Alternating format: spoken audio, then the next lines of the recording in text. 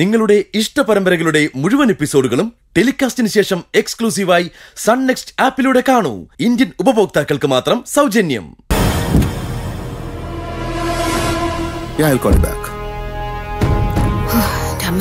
എന്തായി അവരൊക്കെ നീ കുപ്പിയിൽ ഉറക്കിയോ? അവിടെ അർജുന്റെ അച്ഛമ്മയും അമ്മയും ഉണ്ടായിരുന്നു. അവരെ ഹാൻഡിൽ ചെയ്യാൻ എളുപ്പമാ. മകനോടും മകന്റെ ഭാര്യയോടുള്ള സ്നേഹം കൊണ്ട് അവരെ എങ്ങനെ വേണമെങ്കിലും ഓടിക്കാം. പക്ഷേ എന്തോ ഒരു പക്ഷേ ആരെ കൈകാര്യം ചെയ്താലും അർജുനെ ഹാൻഡിൽ ചെയ്യാൻ പാടായിരിക്കും. അതെന്താ? അയാൾക്ക് ഭാര്യയോട് അത്രമേൽ സ്നേഹമുണ്ട്. ഈ ബോധമില്ലാതെ കിടക്കുമ്പോ പോലും അയാളുടെ ചുണ്ടില് പൂജ എന്നുള്ള നാമം മാത്രമേ ഉള്ളൂ അത്ര. അയാളുടെ മുമ്പിൽ പൂജ എന്ന് അഭിനയിക്കുന്നത് അത്ര എളുപ്പമായിരിക്കില്ല. അത് പേടിക്കണ്ട, നിന്നെ കണ്ട പൂജയൊന്നും ഒരു വ്യത്യാസമില്ല. നിന്റെ ഈ വൃത്തികെട്ട സ്വഭാവവും സംസാര രീതിയൊന്നും മാറ്റിയെടുത്താൽ എല്ലാം ഈസിയാവും. ഓർമ്മ വെച്ച നാളെ മുതൽ എനിക്ക് ഇങ്ങനെ സംസാരിച്ച ശീലമുള്ളൂ. അത്ര പെട്ടെന്ന് മാറ്റാനൊന്നും പറ്റില്ല. അങ്ങനെയാണെങ്കിൽ മോളെ നീ പെടും. ഞാൻ മാത്രം? ഞാനും. അതുണ്ടാവാതെ നോക്കാൻ നിനക്ക് പറ്റും. വെട്ടാൻ വരുന്ന പോത്തിനെ പോലുള്ള നിന്റെ ഈ ആറ്റിറ്റ്യൂഡ് ഉണ്ടല്ലോ, അതൊന്ന് മാറ്റിയാൽ മതി. അതൊക്കെ ഞാൻ മാറ്റിക്കൊള്ളാം. പക്ഷെ ആദ്യം കണ്ട ആ അങ്കിളില്ലേ, അയാൾ ഇത്തിരി പ്രശ്നം. ആര്? വസന്തരം. പേര് വസന്തൻ എന്നാണെങ്കിലും അയാൾ ഇത്തിരി ഉഷ്ണം തരാനുള്ള ചാൻസ് കൂടുതലുണ്ട്. എന്തേ നിന്റെ ഈ ഡയലോഗ് ഇട്ട് ചിരിച്ചതാ. അയാളെക്കാൾ ചൂടാണ് അയാളുടെ ഭാര്യ മധുമിത. പൂജയെ ഏറ്റവും കൂടുതൽ ദ്രോഹിച്ച സ്ത്രീകളിൽ ഒരാളാണ്. അവരാണ് അയാളുടെ അമ്മയെ ആശ്രമത്തിൽ കൊണ്ടാക്കാൻ കാരണക്കാരി. അപ്പൊ ഞാൻ ചെല്ലുന്നത് ഒരു സാധാരണ വീട്ടിലേക്കല്ല അല്ലേ? കാശിത്തിരി കൂടും കമ്മീഷണറെ. അതൊക്കെ നമുക്ക് ശരിയാക്കാൻ. നീ ഇനിയുള്ള പ്ലാൻ പറ. നേരത്തെ പറഞ്ഞ പോലെ എല്ലാ ആളുകളെ പറ്റിയും ഒരു ഡീറ്റെയിൽസ് എനിക്ക് തരുക.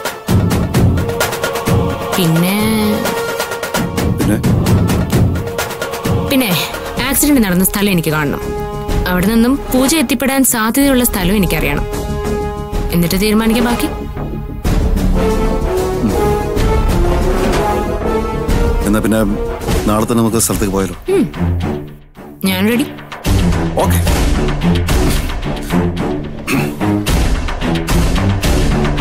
എന്നാ പോ.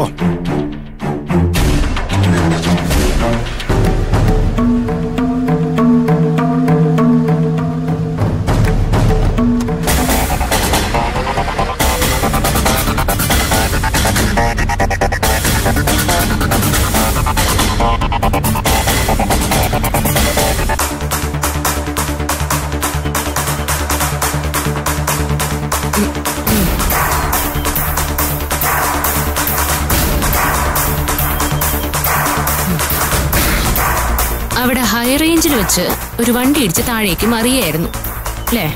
അതെ.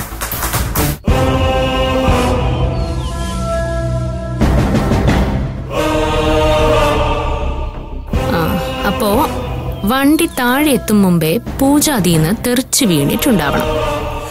ഒരുപക്ഷെ അങ്ങനെ ആയിരിക്കാം. അല്ലെങ്കിൽ താഴെ എത്തിയതിനു ശേഷം വണ്ടി രക്ഷപ്പെട്ടതായിരിക്കും. അർജുന അങ്ങനെ വിട്ട് പൂജ ഒറ്റയ്ക്ക് രക്ഷപ്പെട്ടിരിക്കുന്നോ? താനിത് എവിടത്തെ പോലീസാടും? ഒരുപക്ഷെ താഴെ എത്തുന്നതിന് മുമ്പേ പൂജ തെറിച്ച് പുറത്തെവിടെയെങ്കിലും വീണിട്ടുണ്ടാവും. ആരും നോക്കാനില്ലാതെ അവിടെ കിടന്ന് മരിച്ചു പോയിട്ടുണ്ടാവും. അതെ, അല്ലെങ്കിൽ മറ്റൊരു സാധ്യതയുണ്ട്. പൂജയെ താൻ തന്നെ ഒളിപ്പിച്ചു വെച്ച് എന്നെ അവളുടെ വേഷം കെട്ടിച്ച് അവിടേക്ക് മനഃപൂർവ്വം പറഞ്ഞു വിടുകയാണ്. ഞാൻ പൂജ കണ്ടിട്ടില്ല. ഞാൻ വെറുതെ പറഞ്ഞല്ലോ. പൂജയ്ക്ക് എന്താ പറ്റിയെന്ന് എനിക്ക് ഇപ്പോഴും അറിയില്ല. പക്ഷേ നീ പറഞ്ഞ പോലെ അവൾ ജീവനോടെ ഉണ്ടാവാനുള്ള യാതൊരു സാധ്യതയില്ല. ഉണ്ടെങ്കിൽ അതെങ്ങനെങ്കിലും അറിഞ്ഞേനെ. പോലീസ് ആ രീതിയിൽ അവളെ കുറിച്ച് അന്വേഷിക്കുന്നുണ്ട്.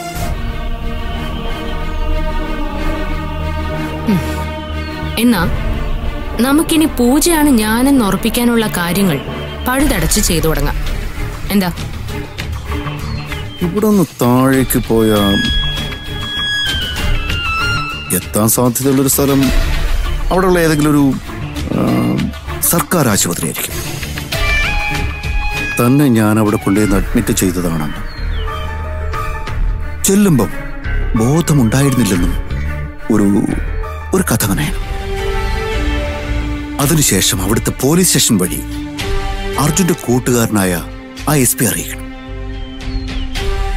അയാൾ വന്ന് നിന്നെ കൂട്ടിക്കൊണ്ടുപോകും. ബാക്കി ഞാൻ വഴി നോക്കിക്കോളാം. ഞാനൊരു കാര്യം പറയട്ടെ, താൻ ശരിക്കും ഒരു പോലീസുകാരനല്ല, ക്രിമിനലാ. തന്നെ പോലുള്ള ആളുകളാവുമ്പോ അത് രണ്ടും തമ്മിൽ വ്യത്യാസമൊന്നുമില്ല. താൻ വാടോ.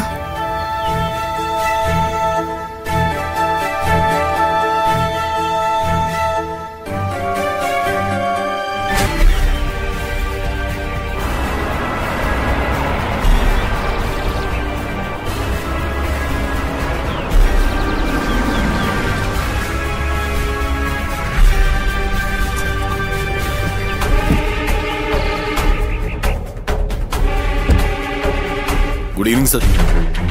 Good evening. കുറെ നേരം എവിടെ വന്നിട്ട്? ഉച്ചയ്ക്ക് വന്നാണ് സർ. ഒരു വലിയ യാത്ര കഴിഞ്ഞിട്ട് വരിക, അതാ വൈകിയ. സാറെന്താ വരാൻ പറഞ്ഞത്? പറയടോ.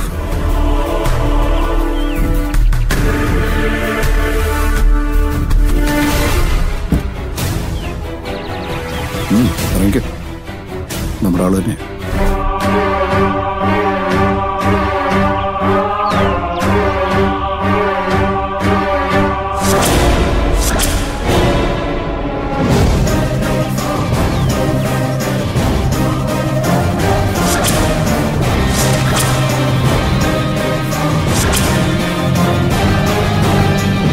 അല്ല സർ, ഇത് എന്താ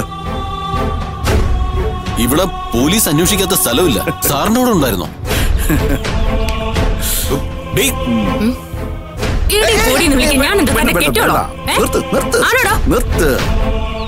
അത് ശരിയല്ലോ, അവള് ചോദിച്ച സത്യല്ലേ? അവളെ കെട്ടിയിട്ടൊന്നുമില്ലല്ലോ. സർ, പൂജ. ഇനി നിനക്ക് സംശയമുണ്ടോ? നീ പൂജയെ പോലല്ലാന്നു. സർ, അപ്പൊ ഇത് പൂജയല്ലേ?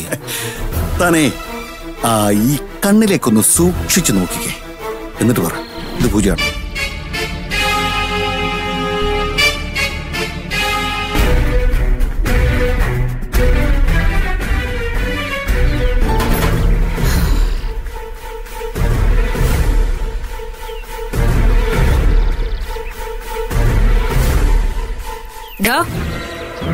എന്തെങ്കിലും വ്യത്യാസം തോന്നുന്നുണ്ടെങ്കിൽ പറയടോ, വീഴ്ച നിൽക്കാതെ.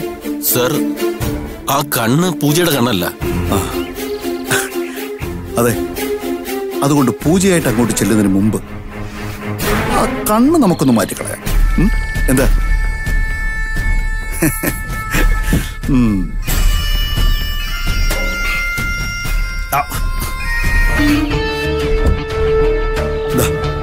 നീ അകത്ത് പോയിട്ട് ഈ കോണ്ടാക്ട് ലെൻസ് ഒന്ന് വെച്ചിട്ട് വാ. ചെല്ല.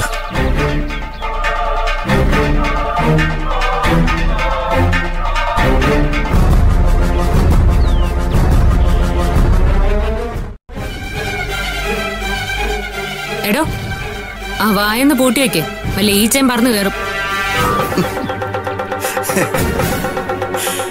സർ, എന്താണ് ഇതൊക്കെ? എടോ, ഇതാണ് നാടകം. എടോ, അത് പൂജയല്ല, റാണിയാ.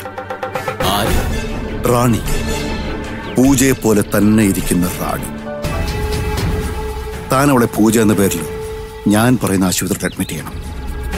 അവിടെ ഒരു ഡോക്ടർ ചന്ദ്രദാസ് ഉണ്ടാവും. ബാക്കി കാര്യങ്ങൾ അയാൾ നോക്കിക്കോളും. അതിനുശേഷം പൂജയെ പോലെ ഒരാൾ ആശുപത്രിയിലുണ്ടെന്ന് അവിടുത്തെ പോലീസ് സ്റ്റേഷനിൽ അറിയിക്കണം. അങ്ങനെ അത് SP കിരണിന്റെ കാതിലെത്തിക്കണം. ബാക്കിയെല്ലാം വേണ്ട പോലെ നടത്തണം. അപ്പൊ സാർ ഇവളെ പൂജയാക്കി മാറ്റി അവതരിപ്പിക്കാൻ പോവുകയാണോ? അതെ, അർജുന്റെ ഭാര്യയായി, ആ വീട്ടിലെ മരുമകളായി ഇവളവിടേക്ക് ചെല്ലും. തൽക്കാലം ഇപ്പം താൻ അത്രമാത്രം മനസ്സിലാക്കിയാണ്. സർ, ഞാൻ കുരുക്കിലാവൂ? പൂജയെ പോലെ ഇരിക്കുന്ന ഒരാളെ ആശുപത്രിയിൽ കണ്ടുവന്ന് റിപ്പോർട്ട് ചെയ്ത എങ്ങനെയാണോ താൻ കുരുക്കുന്നത്? പുഴക്കരയിൽ നിന്ന് അബോധാവസ്ഥയിൽ കിട്ടിയ ഒരു പെണ്ണിനെ നാട്ടുകാർ ആശുപത്രിയിൽ എത്തിച്ചു എന്ന് മാത്രമേ റിപ്പോർട്ടിലുണ്ടാവൂ.